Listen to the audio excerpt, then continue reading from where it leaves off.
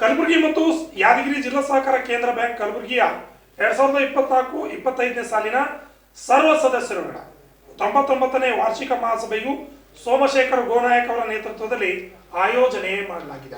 ಕಲಬುರಗಿ ಮತ್ತು ಯಾದಗಿರಿ ಜಿಲ್ಲಾ ಸಹಕಾರ ಕೇಂದ್ರ ಬ್ಯಾಂಕ್ ಕಲಬುರಗಿಯ 2024-25ನೇ ಸಾಲಿನ ಸರ್ವ ಸದಸ್ಯರುಗಳ 99ನೇ ವಾರ್ಷಿಕ ಮಹಾಸಭೆ ಕಲಬುರಗಿ ನಗರದ ಶಾಬಾದ್ ರಿಂಗ್ ರಸ್ತೆಯ ಖಾರಸಗಿ ಕಲ್ಯಾಣ ಮಂಟಪದಲ್ಲಿ ಆಯೋಜನೆ ಮಾಡಿದರು. ಈ ಕಾರ್ಯಕ್ರಮಕ್ಕೆ ವಿಧಾನ ಪರಿಷತ್ ಸದಸ್ಯ ತಿಪ್ಪಣಪ್ಪ ಕಂಪನೂರ್ ಮತ್ತು ಡಿಸಿಸಿ ಬ್ಯಾಂಕ್ ಅಧ್ಯಕ್ಷರಾದ ಸೋಮಶೇಖರ್ ಗೋನಾಯಕ್ ಹಾಗೂ ಅತಿಥಿ ಗಣ್ಯರು ಸೇರಿದಂತೆ ಅನೇಕರು ದೀಪ ಜ್ಯೋತಿ ಬೆಳಗುವ ಮೂಲಕ 99ನೇ ವಾರ್ಷಿಕ ಮಹಾಸಭೆಯನ್ನು ಉದ್ಘಾಟನೆ ಮಾಡಿದರು.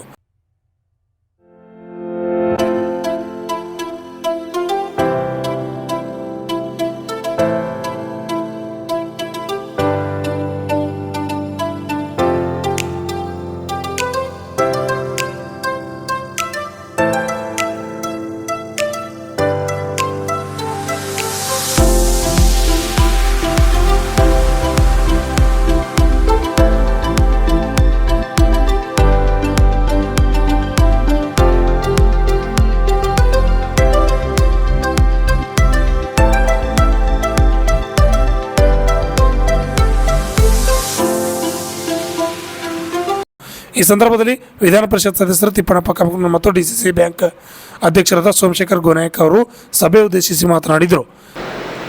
ಕೋಆಪರೇಟಿವ್ ಮಂತ್ರಿಗಳಾದ ರಾಜಣ್ಣವರು ಇವರೆಲ್ಲರ ಪ್ರತಿಫಲದ ಮತ್ತು ಶ್ರಮದಿಂದ ಪುನಃ ಲಾಸ್ಟ್ ಬಿದ್ದು ಹೋದಂಥ ಬಿಲ್ಗಳು ಪುನಃ ವಿಧಾನಸಭೆಯಿಂದ ವಿಧಾನ ಪರಿಷತ್ತಿಗೆ ಬಂದು ನಾವೆಲ್ಲರೂ ಅಲ್ಲಿದ್ದೇವೆ. ನಾವೆಲ್ಲರೂ ಕೂಡಿಕೊಂಡು ಈ ಸೌಹಾರ್ದ ಸಹಕಾರ ಬ್ಯಾಂಕಿನ ಬಿಲ್ಗಳು ಇನ್ನಿತರ ಬಿಲ್ಗಳನ್ನು ನಾವು ಪಾಸ್ ಮಾಡಿದ್ದೇವೆ.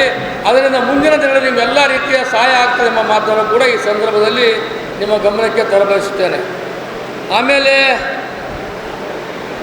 ಮೊದಲ ಈ ಬ್ಯಾಂಕ್ ಭಾಳ ಕಷ್ಟದಾಯಕವಾಗಿತ್ತು.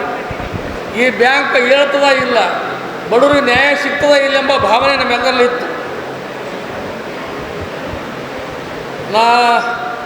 ಉಸ್ತುವಾರಿ ಮಂತ್ರಿ ಅಂತ ಪ್ರಿಯಾಂಕ್ ಖರ್ಗೆಜಿಯವರಿಗೆ, ಯಾದಗಿರಿ ಉಸ್ತುವಾರಿ ಮಂತ್ರಿಗಳಂತ ಶರಣಬಸಪ್ಪ ದರ್ಶನಪುರ ಅವರಿಗೆ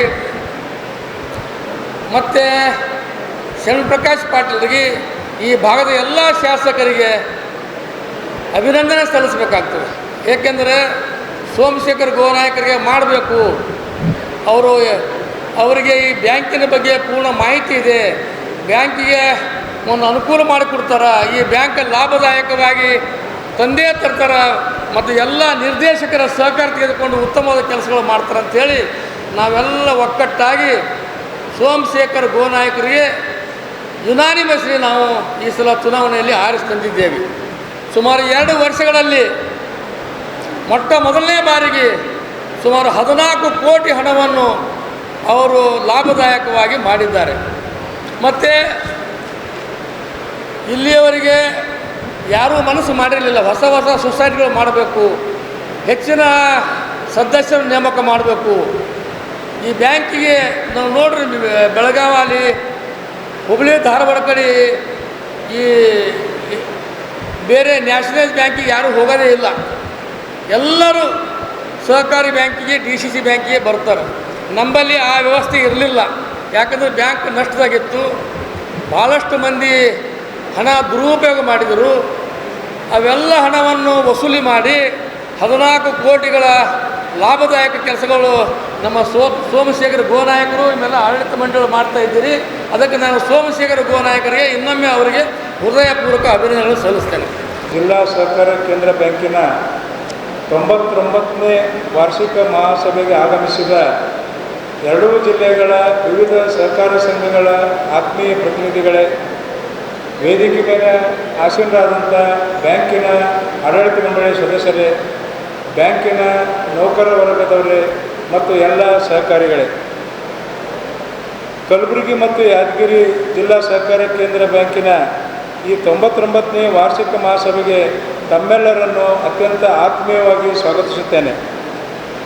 ಸಹಕಾರ ಚಳವಳಿಯಿಂದ ಉತ್ತೇಜರಾಗಿ ಆರ್ಥಿಕ ಅಭಿವೃದ್ಧಿಗೆ ಸಹಕಾರವೇ ಸನ್ಮಾರ್ಗ ಎಂಬುದನ್ನು ಮನಗಂಡು ನಮ್ಮ ಬ್ಯಾಂಕ್ ಸ್ಥಾಪನೆಗಾಗಿ ಅಂದಿನ ಹಿರಿಯ ಧುರೀಣರ ಮುಖಂಡತ್ವದಲ್ಲಿ 1917ರಲ್ಲಿ ಗುಲ್ಬರ್ಗಾ ಸಹಕಾರ ಬ್ಯಾಂಕ್ ಪ್ರಾರಂಭಗೊಂಡಿತು. ಬ್ಯಾಂಕಿಂಗ್ ರೆಗ್ಯುಲೇಷನ್ ಕಾಯ್ದೆ 1949 ಪ್ರಕಾರ ಬ್ಯಾಂಕಿಂಗ್ ವ್ಯವಹಾರ ಕೈಗೊಳ್ಳಲು ಲೈಸೆನ್ಸ್ ಪಡೆದು ಕಲಬುರಗಿ ಮತ್ತು ಯಾದಗಿರಿ ಜಿಲ್ಲಾ ಸಹಕಾರ ಕೇಂದ್ರ ಬ್ಯಾಂಕ್ ಹೆಸರಿನೊಂದಿಗೆ ಕಾರ್ಯನಿರ್ವಹಿಸುತ್ತಿದೆ. ನಮ್ಮ ಬ್ಯಾಂಕು 107 ವರ್ಷಗಳನ್ನು ಪೂರೈಸಿದೊಂದಿಗೆ ಸಹಕಾರ ಸಂಘಗಳಿಗೆ ಸಾಲ ನೀಡಿಕೆ ಹಾಗೂ ಅವುಗಳ ಮೇಲ್ವಿಚಾರಣೆ ಉದ್ದೇಶಗಳೊಂದಿಗೆ ಸಹಕಾರ ಚಳವಳಿಯ ಪರೋಭಿವೃದ್ಧಿಗೆ ಪೂರಕವಾದ ಕಾಯ್ದೆ ಕಾನೂನುಗಳು ವಿಧಾನಗಳಲ್ಲಿ ಅನೇಕ ಬದಲಾವಣೆ ಆಗಿರುವುದು ನಮ್ಮ ಬ್ಯಾಂಕು ಕಂಡಿದೆ.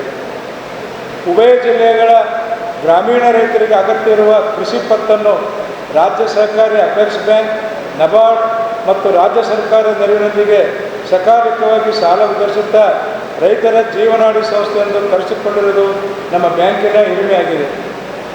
ನಮ್ಮ ಬ್ಯಾಂಕಿನ ಜೀವಾಳಾಗಿರುವ ಪ್ರಾಥಮಿಕ ಕೃಷಿ ಪತ್ತಿನ ಸಹಕಾರ ಸಂಘಗಳ ವ್ಯವಹಾರವನ್ನು ಏಕರೂಪದ ತಂತ್ರಾಂಶದೊಂದಿಗೆ ಗಣಕೀಕರಣಗೊಳಿಸುವ ಕಾರ್ಯ ಪ್ರಗತಿಯಲ್ಲಿದ್ದು ಶೀಘ್ರದಲ್ಲೇ ಪೂರ್ಣಗೊಳಿಸಲಾಗುವುದು.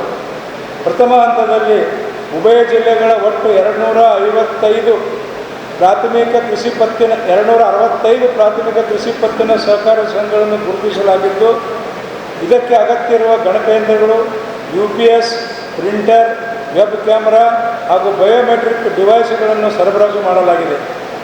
ಹಿಂದುಳಿದ ವಿಭಾಗದಲ್ಲಿ ಗುರುತಿಸಲ್ಪಟ್ಟ ಕಲಬುರಗಿ ಮತ್ತು ಯಾದಗಿರಿ ಜಿಲ್ಲೆಯಲ್ಲಿ ಬರುವ 265 ಪೈಕಿ 200 ಪ್ರಾಥಮಿಕ ಕೃಷಿ ಪತ್ತಿನ ಸಹಕಾರ ಸಂಘಗಳನ್ನು ಸಂಪೂರ್ಣವಾಗಿ ಗಣಕೀಕರಣಗೊಂಡಿದ್ದು ಹಾಗೂ ಗಣಕೀಕರಣ ಪ್ರಗತಿಯಲ್ಲಿ ರಾಜ್ಯದಲ್ಲಿ ಉತ್ತಮ ಸ್ಥಾನ ಇರೋದು ಹೆಮ್ಮೆ ಮತ್ತು ಅಭಿಮಾನದ ಸಂಗತಿಯಾಗಿದೆ.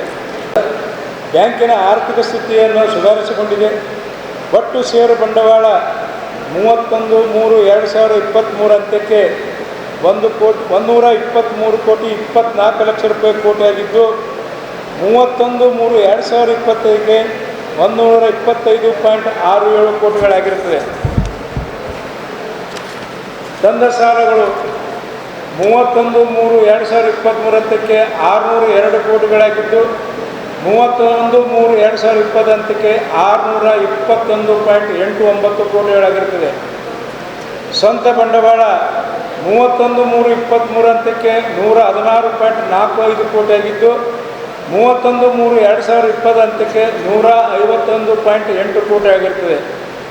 ಅಲ್ಪಾವಧಿ ಬೆಳೆ ಸಾಲ 31/3/2025 ಅಂತ್ಯಕ್ಕೆ 1,55,6,825 ರೈತರಿಗೆ 754.85 ಕೋಟಿಗಳಾಗಿರುತ್ತದೆ. ಹೊಸ ರೈತ ಸದಸ್ಯರಿಗೆ ಬ್ಯಾಂಕಿನಿಂದ ಹೊಸದಾಗಿ ಕೃಷಿ ಸಾಲ ವಿತರಣೆ ಮಾಡಲು ಆಗುವುದಿಲ್ಲ. 5,600 ಕೋಟಿ ಬೇಡಿಕೆ ಇದ್ದು 3,236 ಕೋಟಿ ಮಾತ್ರ ನಬಾರ್ಡ್ನವರು ನಿಗದಿ ಮಾಡಿದ್ದಾರೆ. ಸಭೆಯಲ್ಲಿ ಡಿಸಿಸಿ ಬ್ಯಾಂಕ್ನ ಉಪಾಧ್ಯಕ್ಷರಾದ ಡಾಕ್ಟರ್ ಸುರೇಶ್ ಸಜ್ಜನ್, ಡಿಸಿಸಿ ಬ್ಯಾಂಕ್ನ ಮುಖ್ಯ ಕಾರ್ಯನಿರ್ವಾಹಕ ಅಧಿಕಾರಿಗಳಾದ ಆರ್ ಪವನ್ ಕುಮಾರ್ ಸೇರಿದಂತೆ ಅನೇಕ ಸದಸ್ಯರು ಹಾಗೂ ಅಧಿಕಾರಿಗಳು ಹಾಜರಿದ್ದರು. Bureau report RJ32 Kannada news, Kalaburagi.